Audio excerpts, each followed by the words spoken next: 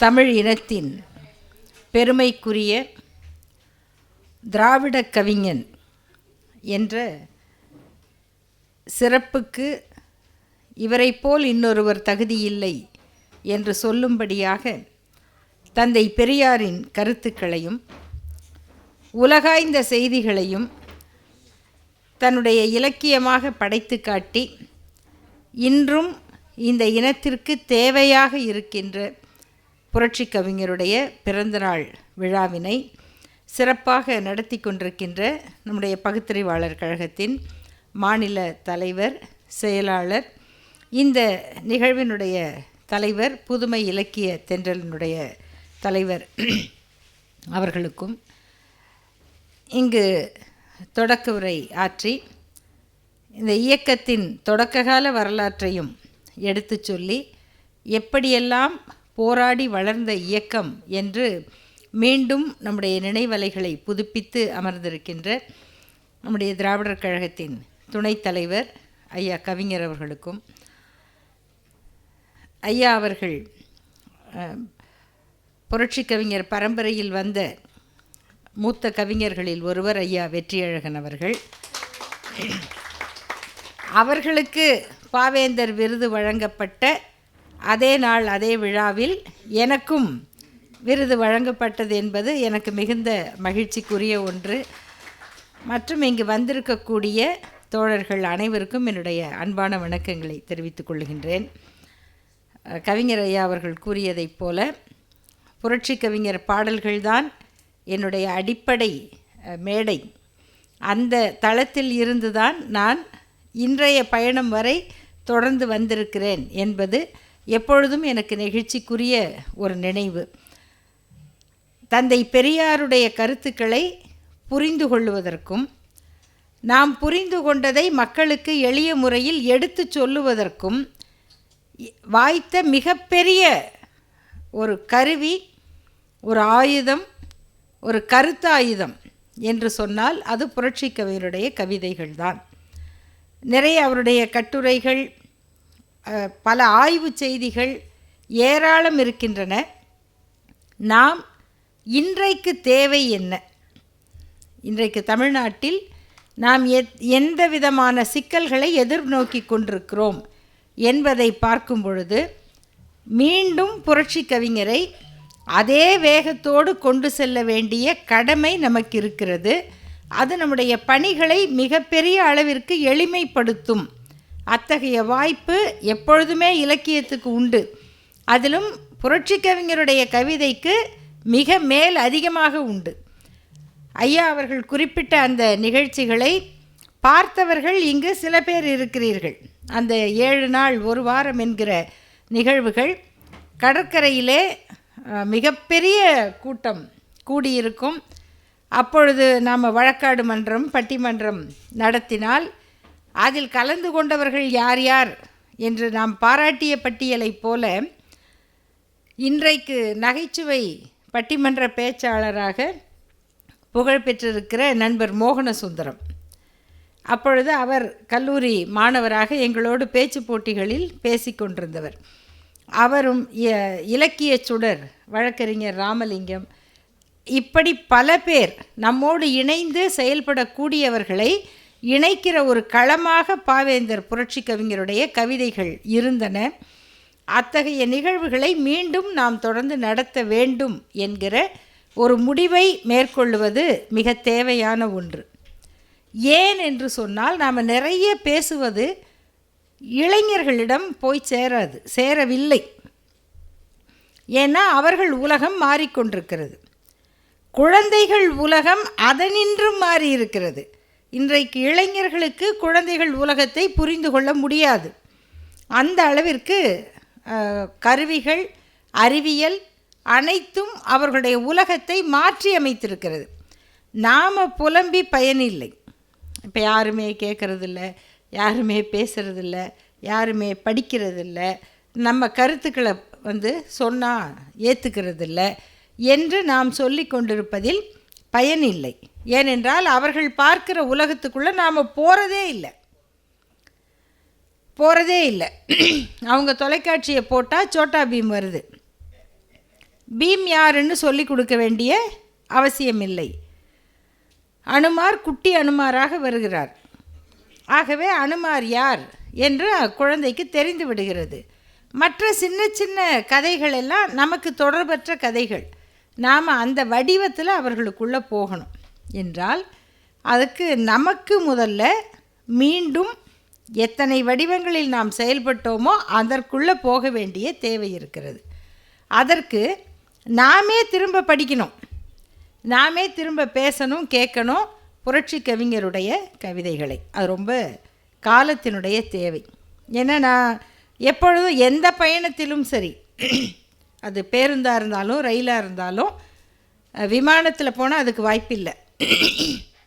கொஞ்சம் தூரம் போயிட்டோன்னா நீங்கள் சஞ்சீவி பர்வதத்தின் சாரலை படிச்சுட்டா அது நம்ம கூடவே வரும். எப்பொழுதும் நம்ம குற்றாலம் பயிற்சி முகாமுக்கு போகும்போது தென்காசியில் இறங்கி அந்த குற்றாலத்தை நோக்கி போவோம். போகும்போது அந்த பாடலை நினைக்காம நம்மால் கடக்க முடியாது. ஏன்னா அந்த ஒரு மலைச்சாரல் அப்படின்னு வந்தாலே முதல்ல நமக்கு என்ன வரும்? குயில் கூவிக்கொண்டிருக்கும். இன்னும் கிட்ட கொஞ்சம் போனால் கோலம் மிகுந்த மயில் ஆடிக்கொண்டிருக்கும். அப்புறம் மலைக்கிட்ட வந்துட்டோம். வாசமுடையனர் காற்று குளிர்ந்தடிக்கும். கண்ணாடி போன்ற நீர் ஊற்றுக்கள் உண்டு, கனிமரங்கள் மிக்க உண்டு, பூக்கள் தோறும் தேனீக்கள் இருந்தபடி இன்னிசை பாடி கழித்திருக்கும். வேட்டுவ பெண்கள் விளையாடப் போவதுண்டு, காட்டு மறவர்களும் காதல் மனம் புரிவதுண்டு. நெஞ்சில் நிறுத்துங்கள், இந்த இடத்தை தான் சஞ்சீவி பர்வதத்தின் சாரல் என்பார்கள். இதை குழந்தைங்களுக்கு நம்ம பேசி அவர்களுக்கு புரிகிற மாதிரி, குயில் கூவுதா பார், மயில் ஆடுதா, காற்று குழு குழுன்னு வருதா, இந்த வரிசையை அவர்களுக்கு அறிமுகப்படுத்தி விட்டாலே அவர்களுக்கு அந்த கவிதையும் கூடவே வரும்.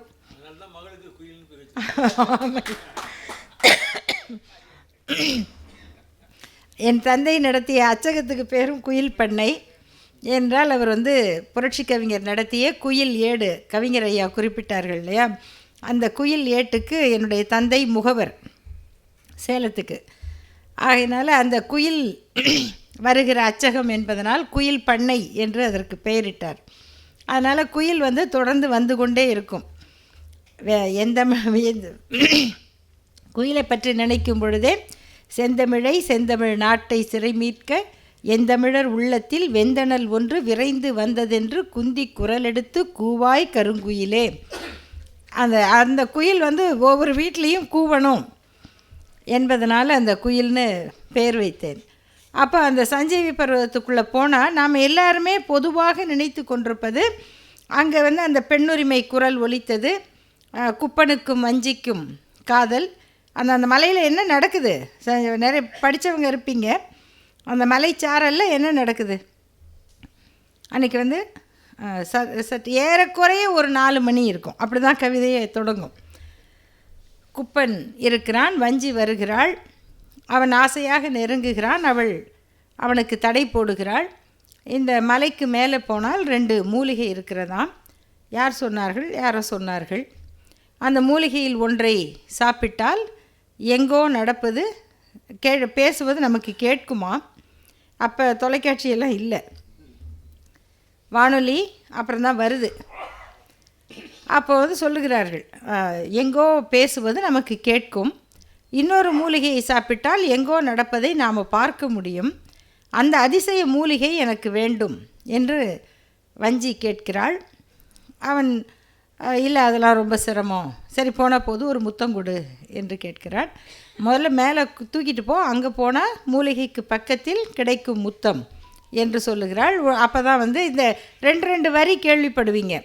கண்ணின் கடைப்பார்வை காதலியர் காட்டிவிட்டால் மண்ணில் குமரருக்கு மாமலையும் ஓர் கடுகாம் என்று சொல்லி அவளை தூக்கிட்டு போயிட்டான் மேலே. இந்த 2 வரி தெரியும், அதுக்கு முன்ன பின்ன இருக்கிறத நம்ம நிறைய படிக்கிறது இல்லை, அதில் யாரும் சொல்கிறதில்ல. மேலே போயிட்டாங்க, மூலிகைக்கு பக்கத்தில் போயிட்டாங்க. ஒரு மூலிகையை எடுத்து உண்ணுகிறார்கள். உண்ணும்போது ஏன் அவர் புரட்சி கவிஞர் அப்படிங்கிறதுக்கு சொல்கிறேன். உண்ணும்போது எங்கேயோ பேசுகிறது கேட்குது. என்ன பேசுகிறாங்க?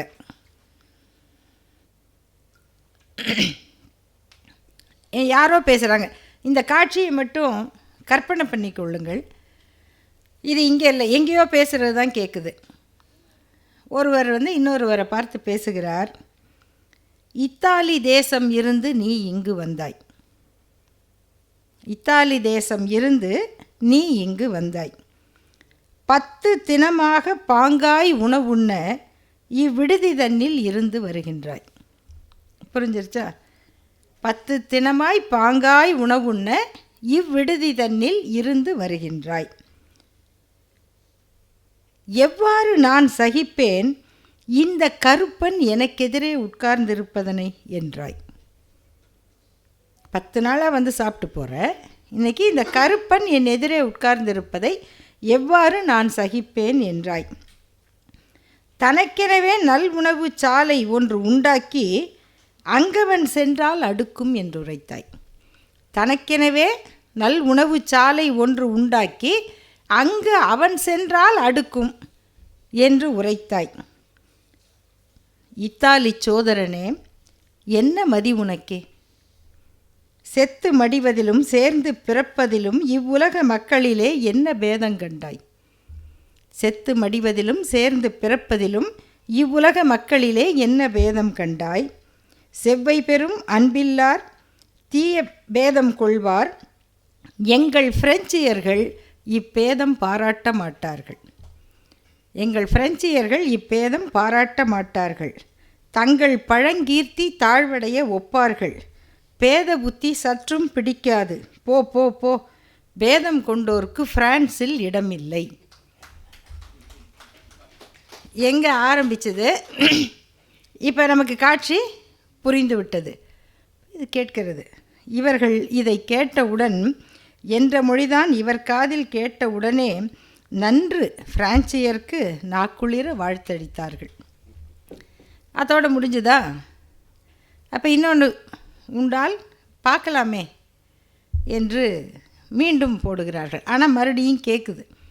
இப்போ என்ன கேட்கிறது என்றால், ராமன் மயங்கி விட்டார், லட்சுமணனும் மயங்கி விட்டான். ஆகா, இவர்கள் உயிர் போய்விடுமே, அதற்கு மருந்தொன்றும் இல்லையோ என்றார்கள்.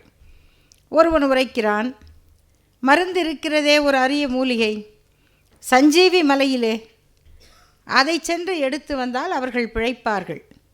எனவே யார் சென்று எடுத்து வருவது என்று ஒரு உரை கேட்கிறது. அனுமான் சொல்கிறான், நான் சென்று எடுத்து வருகிறேன். இது காதில் கேட்டவுடனே குப்பனுக்கு உடல் நடுங்குகிறது. அடி பாவி, யாரோ இந்த மலையை தூக்கப் போகிறார்களாம். உன் பேச்சை கேட்டு நான் இங்கே மாட்டிக்கொண்டேன். இல்லை இல்லை, யாரும் தூக்க முடியாது, அது ஒரு குரங்கு. அதோ இல்லை, அனுமான் சொல்லுகிறான், நான் போய் எடுத்து வருகிறேன். இதோ அனுமார் வளர்கிறார், வளர்ந்து கொண்டே இருக்கிறார். டிவிஎஸ் தூக்கிட்டு போகிற மாதிரி மலையை தூக்கிட்டு போகிறார் என்று அவர்கள் பேசுகிறார்கள். பார்சல் பண்ண போகிறார் மலையை. இதை கேட்டு அவன் நடுங்கும் பொழுது வஞ்சிக்கு கொஞ்சம் கிண்டல். இல்லை, கீழே முத்தம் கேட்டியே, கொடுக்கட்டுமான்.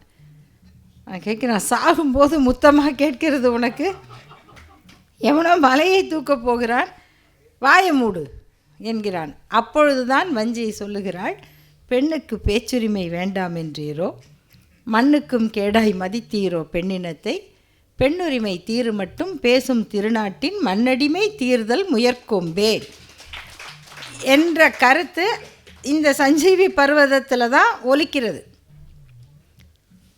பிறகு அவன் புரியாத குப்பனுக்கு எப்படி புரிய வைப்பதென்று அந்த கண்ணால் காணும் மூலிகையை கொடுக்கிறாள். அதை உண்ட பிறகு அங்கு ஒரு காட்சி தெரிகிறது.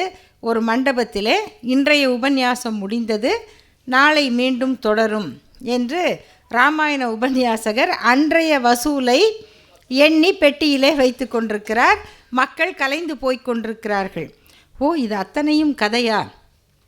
இதை ஏன் நீ எனக்கு முன்பே சொல்லவில்லை என்று அவன் கேட்கிறான். இப்படி அந்த சஞ்சீவி பர்வதத்தில் இவர்கள் கேட்கிற செய்திகளில் இங்கிலாந்து நாட்டில் ஒரு உரை கேட்கிறது. அந்த இங்கிலாந்து நாட்டில் என்ன பேசுகிறார்கள் என்றால், அது கிட்டத்தட்ட ஒரு பாராளுமன்ற உரை மாதிரி இந்தியாவுக்கு பொறுப்பானவர்களிடம் பேசுகிறார்கள். என்ன, இந்தியாவில் ஏதோ கலவரம், பிரச்சனை, போராட்டம் நடக்கிறதாமே, இந்தியா கையை விட்டு போய்விடுமா என்று ஏதோ கேள்வி கேட்டிருக்கிறார்கள். அதற்கு ஒருவர் விடை கூறுகிறார், ஓ என் சோதரரே, ஒன்றுக்கும் அஞ்சாதீர். நாவலந்தீவு நம்மை விட்டு போகாது. ஏன்? வாழ்கின்றார் 30 முக்கோடி மக்கள் என்றால் சூழ்கின்ற பேதமும் அத்தொகைதான் உண்டு. சாதி சண்டை வளர்க்கத்தக்க இதிகாசங்கள், பேதம் வளர்க்க பெரும் பெரும் புராணங்கள், கட்டி சமூகத்தின் கண்ணவித்து தாமுண்ண கொட்டி அளக்கும் குருமார்கள் கணக்கற்றோர். இந்த ஏறாத ஆழத்தை, சாதியை, உளைசேற்றை ஏறி வந்து ஏகமனதாகி அவரெல்லாம் நம்மை எதிர்ப்பதெங்கே? ஆகனால் ஓ என் சகோதரரே, ஒன்றுக்கும் அஞ்சாதீர். இந்த கதை ராமாயணத்தில் வருகிற கதை. அனுமன் சஞ்சீவி மலையை தூக்கினான். அந்த 2 மூலிகை தான் வேணும். அவருக்கு 5 அறிவு தானே. அந்த மூலிகையை பறிச்சுக்கிட்டு வர தெரியாமல் நான் மூலிகையை எப்படி தேடுவேங்கிறதுக்கு பதிலாக மலையவே தூக்கிட்டு போனதாக கதை. அந்த கதையை எப்படி கையாளுவது என்று அதை ஒரு காவியமாக தானே வடித்து, அதில் அவர் சொன்ன அந்த 3 செய்திகளையும் பாருங்கள். ஒன்று, இத்தாலி நாட்டுக்காரர்கள், அவர்கள் அந்த பிறப்பினால் பெருமை பேசக்கூடிய ஒரு திமிர் வாய்ந்தவர்கள்.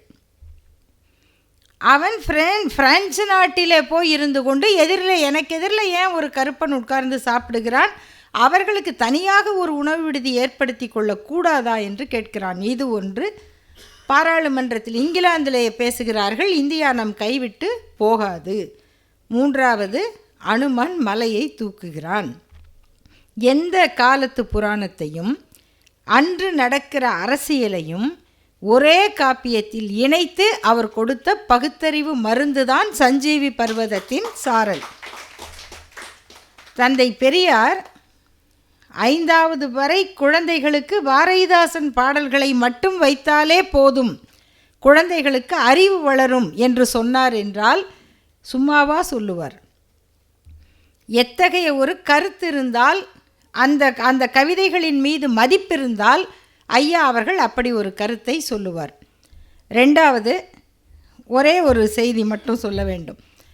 புரட்சி கவிஞர் என்று சொன்னால் பகுத்தறிவு, சுயமரியாதை, தந்தை பெரியார் சொன்ன கொள்கைகளில் மாறாத பற்று, அதே நேரத்தில் இவற்றுக்கு இணையாக அல்லது இதைவிட அதிகமாக சொல்லக்கூடிய மொழி உணர்ச்சி, மொழிப்பற்று. தமிழை படித்தவனை தாய் தடுத்தாலும் விடேன் என்பதெல்லாம் நமக்கு தெரியும். ஆனால் அப்படிப்பட்ட கவிஞர்களுக்கு ஐயாவோடு முரண்படுவதற்கான இடம் ஒன்றே ஒன்று. தமிழை பற்றி ஐயா அவர்கள் சொன்ன கருத்து விமர்சனம்.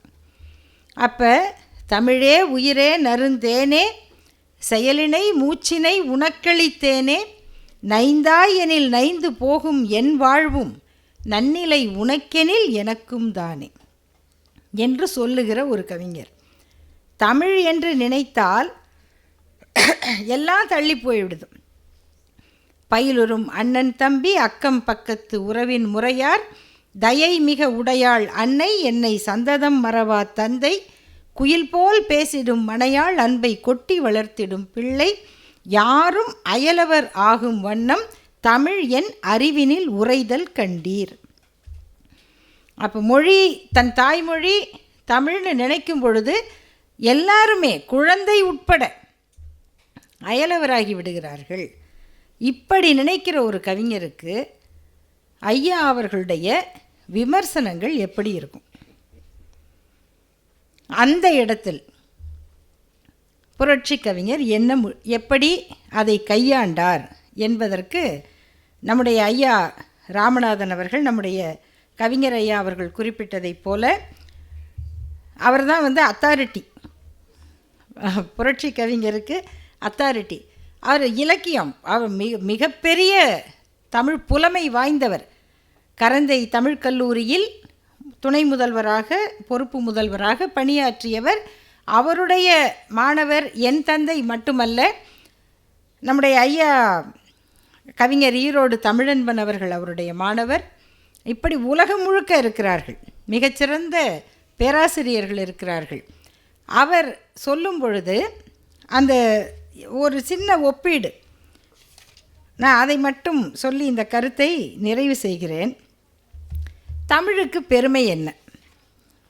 புரட்சி கவிஞர் சொல்லுவதைப் போல தமிழுக்கு அமுதென்று பேர், தமிழுக்கு நிலவென்று பேர், தமிழுக்கு மனமென்று பேர், தமிழுக்கு மதுவென்று பேர், எல்லாம் இருக்குது. ஆனால் இந்த தமிழுக்கு சிறப்பு என்று எதை சொல்லுகிறார்கள் எனும்போது, தமிழை உயர்த்தி பேசியவர்கள் இரண்டு வகை. ஒன்று, அது என் தாய்மொழி, அது சிறப்பானது என்பது. மற்றொன்று, அது பழமையானது, அது கடவுளால் பேசப்பட்டது. இந்த பக்தி உலகத்திலும் தமிழ் மொழியை உயர்த்தி பேசிய போராட்டக்காரர்கள் இருந்திருக்கிறார்கள். ஆரியத்தை சமஸ்கிருதத்தை மறுத்து பேசியவர்கள் இருக்கிறார்கள். அதில் ஒருவர் பரஞ்சோதி முனிவர். பரஞ்சோதி முனிவர் எழுதியது திருவிளையாடற் புராணம். இப்படி நிறைய செய்திகள் இருக்கின்றன. அது பரஞ்சோதி முனிவர் ஒரு பாயிரம் எழுதுகிறார். அதில் மொழியை பற்றி, தமிழ் மொழியை பற்றி இது நிறைய பேர் சொல்லி கேட்டிருப்போம். இப்போ கூட நீங்கள் தமிழை மட்டும் உயர்த்தி பேசிட்டா சில பேருக்கு கொஞ்சம் எங்கேயோ பொறுப்பொருங்கும். Ma'am, Tamil is also an equivalent language like Sanskrit அப்படிமா. நீங்கள் சமஸ்கிருதத்தை மட்டும் பேசும்போது அப்போ சொல்ல மாட்டாங்க Sanskrit is one of the classical லாங்குவேஜ்னு சொல்லி பாருங்கள். No no no no, that is the first classical language, அதை தனியாக வச்சிடணும், அப்புறம்தான் மற்றது. ஆனால் நீங்கள் தமிழை பற்றி சொன்னால் திருக்குறளில் இப்படி இருக்குது, சங்க பாடலில் இப்படி இருக்குது அப்படின்னு சொன்னால் ஒன்று வேதிக் ஸ்ட்ரக்சரில் அப்படின்னு ஒன்று ஆரம்பிப்பாங்க.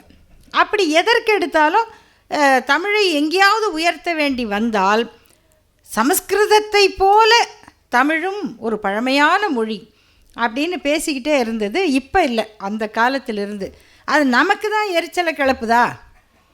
அது என்ன அப்படின்னு யோசித்தா நமக்கு முன்னால் பல பேருக்கு அந்த கோபம் வந்திருக்கு. அதில் ஒருவர் பரஞ்சோதி முனிவர்.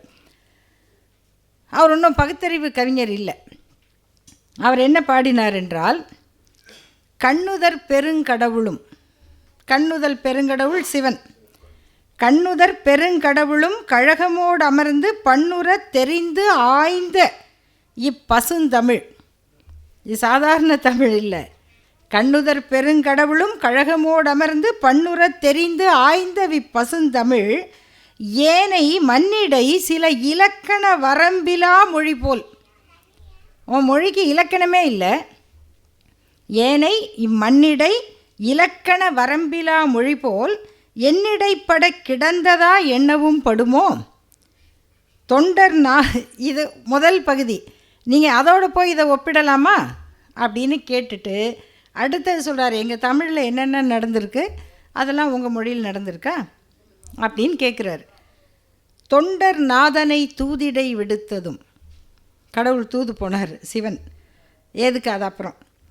முதலை உண்ட பாலனை அழைத்ததும், எலும்பு பெண்ணுருவாக கண்டதும், மறை கதவினை திறந்ததும், கண்ணி தண்டமிழ் சொல்லோ மறுபுல சொற்களோ சாற்றீர்.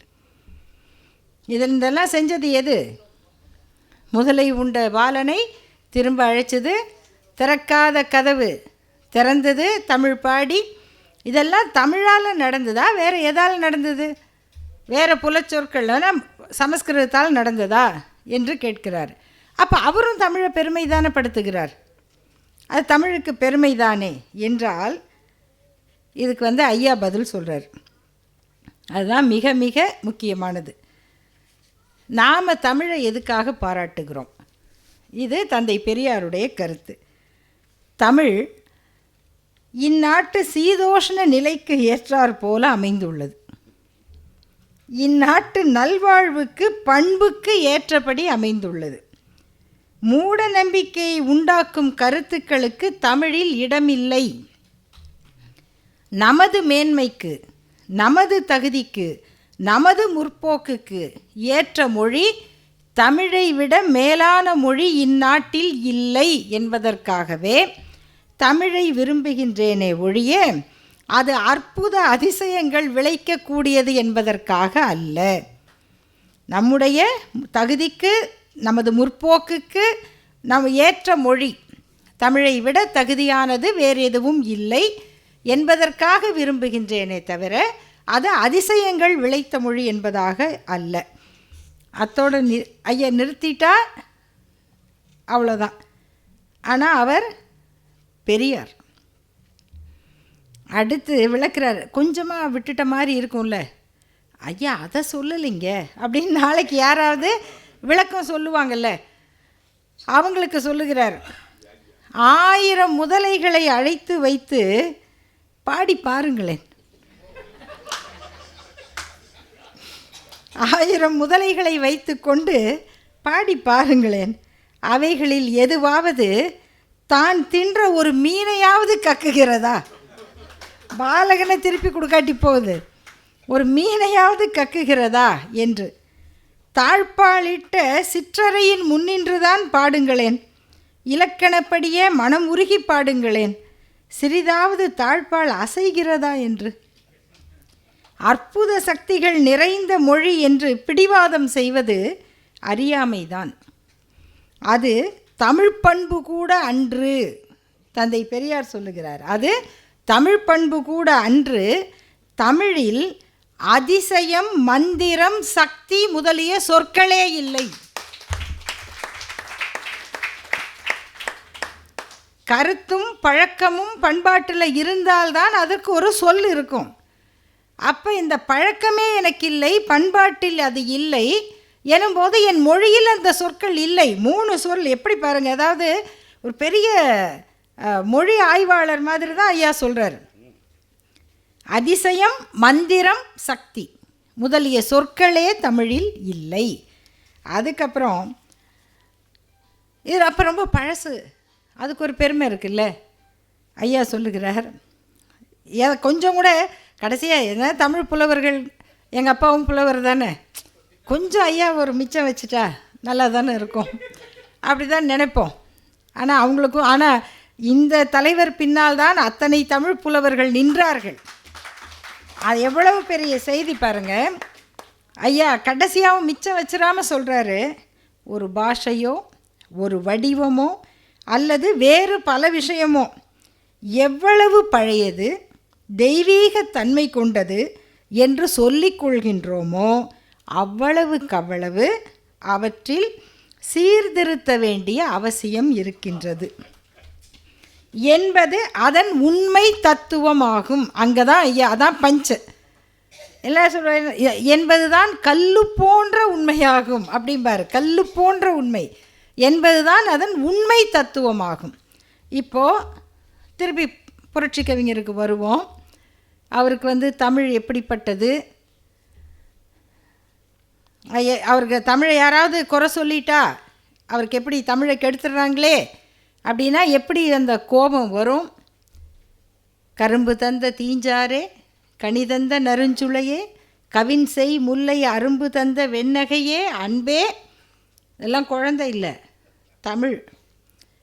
கட்டி இரும்பு தந்த நெஞ்சுடையார் நின்னெழிலை துறைதோறும் அழித்து வரல் நினைக்கையிலே நெஞ்சு பதைக்கும் சாற்ற வாய்ப்பதைக்கும்.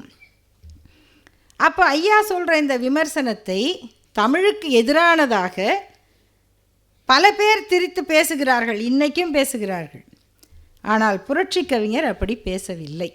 அவர் என்ன சொல்லுகிறார் என்றால், அது வரைக்கும் தமிழ் உணர்ச்சி பாடியது ஒன்று, அதுக்கப்புறம் தமிழில் என்ன வேணும் எல்லாம் இருக்குங்க, முன்னோர் ஒன்றும் முட்டாள் இல்லைங்க, எல்லாமே அவங்க மொத்தமாக முடிச்சிட்டாங்கங்க.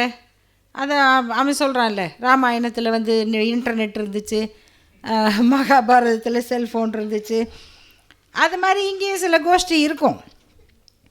ஆனால் புரட்சி கவிஞர் அந்த கோஷ்டி கானத்தில் சேர்பவர் அல்ல, அவர்களை மருட்டுபவர்.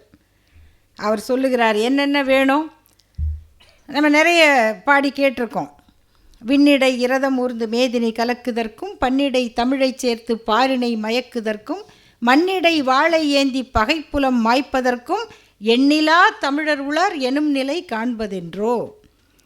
என்னரும் தமிழ்நாட்டின் கண் எல்லோரும் கல்வி கற்று பன்னரும் கலைஞானத்தால் பராக்கிரமத்தால் அன்பால் உன்னத இமயம் போல் ஓங்கிடும் கீர்த்தி எய்தி இன்புற்றார் என மற்றோர் இயம்பிட கேட்டிடல் எந்த நாளோ. இதெல்லாம் ஏக்கம். அதுக்கு அடுத்து ஆக்கம். அடுத்து என்ன வேணும்? கைத்திற சித்திரங்கள் கணிதங்கள் வான்நூற்கள் மெய்த்திற நூற்கள் சிற்பம் விஞ்ஞானம் காவியங்கள் வைத்துள்ள தமிழர் நூல்கள் வையத்தின் புதுமை என்ன புத்தக சாலை எங்கும் புதுக்கும் நாள் எந்த நாளோ. நீங்கள் வச்சிருக்கிற புராணம் கதைகள் இலக்கியங்கள் கற்பனைகள் இதனால் 100 புத்தக சாலை இருந்து பயனில்லை. தொழில் வேணும், நுணுக்கம் வேணும். இன்றைக்கி பேசுகிற டெக்னாலஜி, இதற்கு நூல்கள் வேண்டும். அதைத்தான் எளியோர் சில வலியோர் சிலர் எளியோர்தமை வதையே புரிகுவதாங்கும் போதும் நிதிநூல் விளை நிசநூல் உரை என்று சொல்லியிருப்பார். நிதிநூல் ஃபைனான்ஸ், அதுக்கு புத்தகம் படை. நிதிநூல் விளை நிசநூல் உரை. நிசநூல் என்பது தத்துவம். இதுக்கெல்லாம் புத்தகம் எழுதுங்க. கைத்திற சித்திரங்கள் கணிதங்கள் வான்நூற்கள் மெய்த்திற நூற்கள் சிற்பம் விஞ்ஞானம் காவியங்கள், கடைசியாக தான் காவியங்கள் வைத்துள்ள தமிழர் நூல்கள் வையத்தின் புதுமை என்ன புத்தக சாலை எங்கும் புதுக்கும் நாள் எந்த நாளோ. இதைத்தான் ஐயா சொன்னார். இதை செய்யுங்க. எவ்வளவு பழையது எவ்வளவு தெய்வீகம் என்கிறீர்களோ அவ்வளவுக்கவ்வளவு சீர்திருத்தம் செய்ய வேண்டிய தேவை இருக்கிறது. அதற்கு மேலே எளிய நடையில் தமிழ் நூல்கள் எழுதிடவும் வேண்டும். நமக்கு என்னென்ன வேலை இருக்குது பட்டியல் போட்டு கொடுத்தார். எளிய நடையில் தமிழ் நூல்கள் எழுதிடவும் வேண்டும். இலக்கண நூல் புதிதாக இயற்றுதலும் வேண்டும். வெளியுலகில் சிந்தனையில் புதிது புதிதாக விளைந்துள்ள எவற்றினுக்கும் பெயர்கள் எல்லாம் கண்டு அங்கே கண்டுபிடிச்சிட்டாங்க. நம்ம அதுக்கு ஒரு பேராவது கண்டுபிடிங்க. என்னென்னு தெரியாமல் இருக்காதீங்க. விளைத்துள்ள எவற்றினுக்கும் பெயர்கள் எல்லாம் கண்டு தெளிவுறுத்தும் படங்களோடு சுவடியெல்லாம் செய்து. யாராவது எதையா கண்டுபிடிச்சா நீங்கள் அது என்னன்னு படம் போட்டு நம்ம குழந்தைகளுக்கு பாடமாக கொடுங்க. இதெல்லாம் உலகம் முழுக்க இருக்கு, தெரிஞ்சுக்கோங்க என்று விளக்கி சொல்ல வேண்டும். செந்தமிழை செழுந்தமிழாய் செய்திடவும் வேண்டும். பழசுன்னு சொல்லிக்கொண்டே இருக்கக்கூடாது. இங்குள்ள எளிமையினால் ஒரு தமிழன் படிக்கவில்லை என்றால், எளிமையினால் ஒரு தமிழன் படிக்கவில்லை என்றால் இங்குள்ள எல்லோரும் நானிடவும் வேண்டும். இதை விட புதுநோக்கு பொதுநோக்கு என்ன இருக்குது? அதனுடைய வளர்ச்சி தான் அவர் சொன்ன உலகம் உண்ண உன் உடுத்த உடுப்பாய் நடத்து லோகத்தை பொதுவில் நடத்து புவியை நடத்து பொதுவில் நடத்து என்று சொல்லுகிற அந்த அறைகூவல். புதியதோர் உலகம் செய்வோம் கெட்ட போரிடும் உலகத்தை. காசா போர் நடக்குது, உக்ரைன் போர் நடந்தது. இதில் ஏதாவது நல்ல போரா எங்காவது இருந்திருக்கா? கெட்ட போரிடும் உலகத்தை வேரோடு சாய்ப்போம், இதயமெல்லாம் அன்பு நதியினில் நனைப்போம், இது எனது என்னுமோர் கொடுமையை தவிர்ப்போம், இயல் பொருள் பயன் தர மறுத்திடில் பசிப்போம். இயல் பொருள் பயன் தர மறுத்திடில் எல்லோருக்கும் கிடைக்கும்னா கிடைக்கலையா பசிப்போம், ஈவதுண்டாம் எனில் அனைவரும் புசிப்போம். இதுதான் புரட்சி கவிஞருடைய உள்ளம். அந்த உள்ளத்தை தந்தை பெரியாருடைய சுயமரியாதை மனிதநேய சிந்தனைகள் உலகமெங்கும் பரவும் வகை செய்தன. ஐயா கொள்கைகளை பாவேந்தர் புரட்சி கவிஞர் கவிதைகள் கொண்டு சென்றன. புரட்சி கவிஞருடைய சிந்தனைகளை ஐயாவுடைய கருத்துக்கள் வளம் செய்தன. இந்த காலகட்டத்தில் அவற்றை மீண்டும் மீண்டும் நாம் எடுத்து சொல்லவும் எடுத்து செல்லவும் இந்த வாய்ப்பை பயன்படுத்தி கொள்ளுவோம். நன்றி, வணக்கம்.